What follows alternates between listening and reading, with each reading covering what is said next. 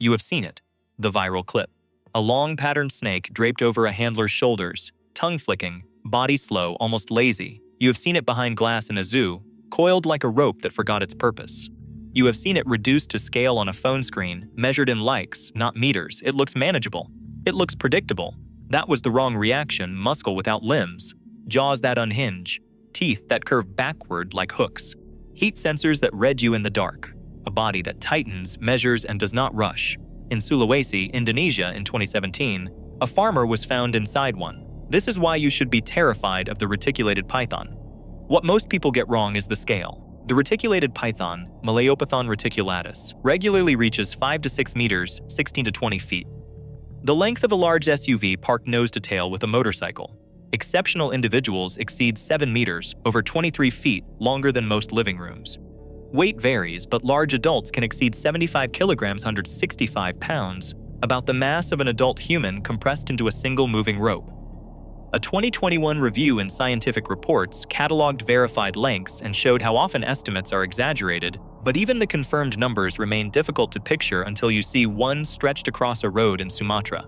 Its body crossing both lanes, head already in the ditch. They do not strike like a cobra. They do not chase like a dog. They wait, then they anchor, then they pull. What most people don't understand is that the bite is not the weapon. The teeth are 6 to 8 centimeters long, 2 to 3 inches, curved backward to prevent escape. But the bite is only the entry point. The body does the work. Constriction is not crushing bones in a dramatic snap. It is circulation failure. A 2015 study in the Proceedings of the National Academy of Sciences showed that constriction can stop blood flow in seconds. Blood pressure drops. Organs are deprived. Loss of consciousness can occur in under a minute. In the peat swamps of central Kalimantan, where the air smells of wet soil and rot, that process happens in silence. No roar, no warning. Just pressure that increases with every exhale. They measure you with their body. They do not guess. They do not need to. What the documentary didn't explain is how they find you. Along the Kapuas River in West Borneo, the water is brown and still, broken by roots and fallen branches. You look for eyes above the surface. You miss what is below it. Reticulated pythons have heat-sensitive pits along their jaws that detect infrared radiation, differences as small as 0.003 degrees Celsius, about 0.005 degrees Fahrenheit. That is enough to map a warm body against a cooler background at night. Combined with a forked tongue that samples chemical traces and a vomeronasal organ that interprets them, the snake builds a 3-part picture: heat, scent, position. What most people don't know is that they can strike with a speed measured in fractions of a second. A strike can cover half their body length. A 5-meter snake can launch over 2.5 meters, about 8 feet, faster than you can step back once. The initial contact is not dramatic. It is precise. Teeth in, coils around, then the sequence begins. Bite, wrap, tighten. In the lowland forests of peninsular Malaysia, where oil palm plantations meet fragments of original forest, this sequence plays out near human paths. A drainage ditch, a narrow trail, a place you would not mark as dangerous. The snake does not mark it either. It only recognizes opportunity. They are not aggressive in the way people expect. They are efficient. What most people get wrong is behavior. Reticulated pythons are not mindless. They learn patterns. A 2019 field study, published in the Journal of Herpetology, tracked individuals using radiotelemetry in southern Thailand and found repeated use of ambush sites near animal trails and water crossings. The same log, the same bend, the same timing, night after night.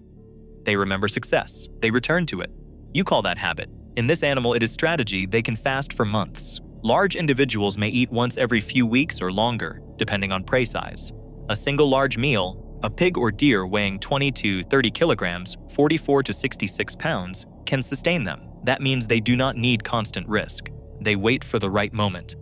Along the edges of Taman Negara National Park in Malaysia, camera traps have recorded pythons near livestock pens, not every night, but at intervals that match feeding cycles. Not random, not frequent. Timed. What the video did not show is how little movement they need. A coiled python can reduce its visible profile to a fraction of its length. Patterns break up its outline. Light and shadow do the rest. In a pile of leaves beside a fallen branch under a simple wooden platform, it becomes part of the background until it is not. Stillness is not inactivity. It is preparation. On the morning of March 25, 2017, in Mamuju, West Sulawesi, a 25-year-old farmer named Akbar went to check his palm oil plantation. He was experienced. He knew the land. He had followed his usual route. When he did not return, neighbors began a search. They found his sandals. They found disturbed vegetation, about 30 meters, roughly 100 feet. From the path, they found a reticulated python, approximately 7 meters, 23 feet. With a visibly distended midsection, the snake was killed. Its body was opened along the ventral scales. Inside, the victim was found intact, oriented head first, clothing still in place. There were no extensive external lacerations. Minor puncture marks consistent with initial bite were present. The primary mechanism of death was consistent with constriction-induced circulatory arrest. The body showed signs of compression. No evidence of dismemberment. No evidence of prolonged struggle in the surrounding area beyond initial contact. He had done nothing unusual. He had taken a path he knew. He had entered a space he used daily.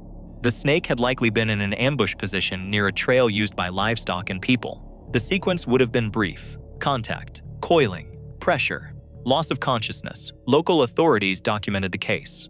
It was reported by Indonesian officials and covered by international media. It was not the first documented fatality of its kind. It was not the last. There is no moment in that sequence where awareness guarantees escape. What most people don't understand is the physics of swallowing.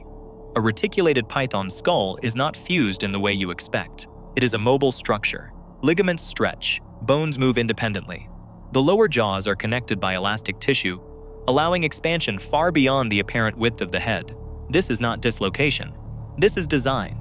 A 2020 analysis in Nature Communications detailed how soft tissues and joint mobility allow ingestion of prey with a diameter exceeding the snake's own.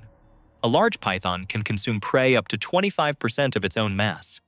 That means a 60-kilogram snake can take a 15-kilogram, 33-pound animal, sometimes more. The process is slow.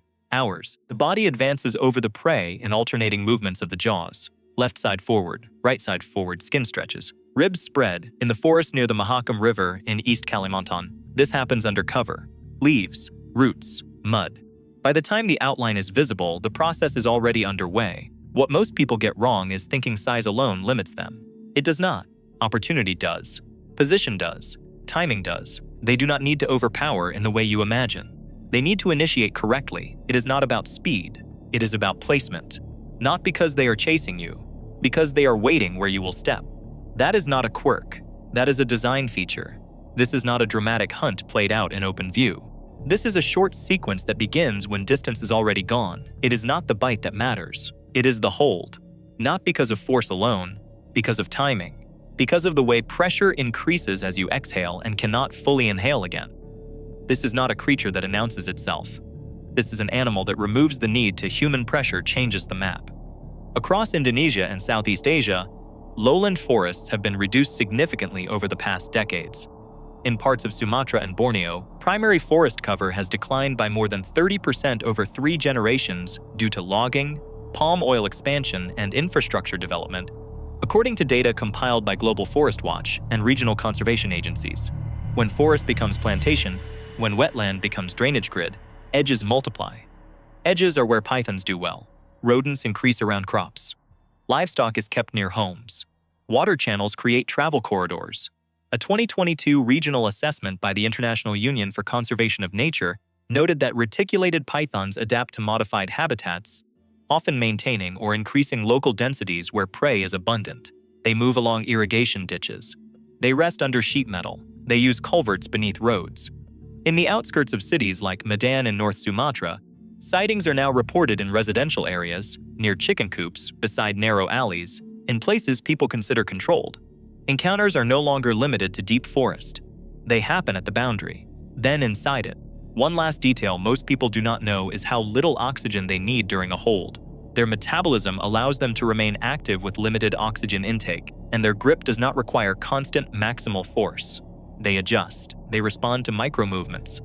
If resistance stops, pressure stabilizes.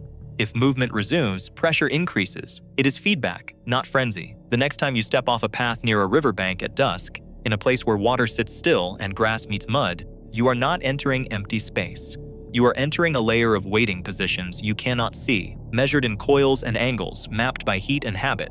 It is there in the shade, under the edge, beside the root, and it does not need to move until you do.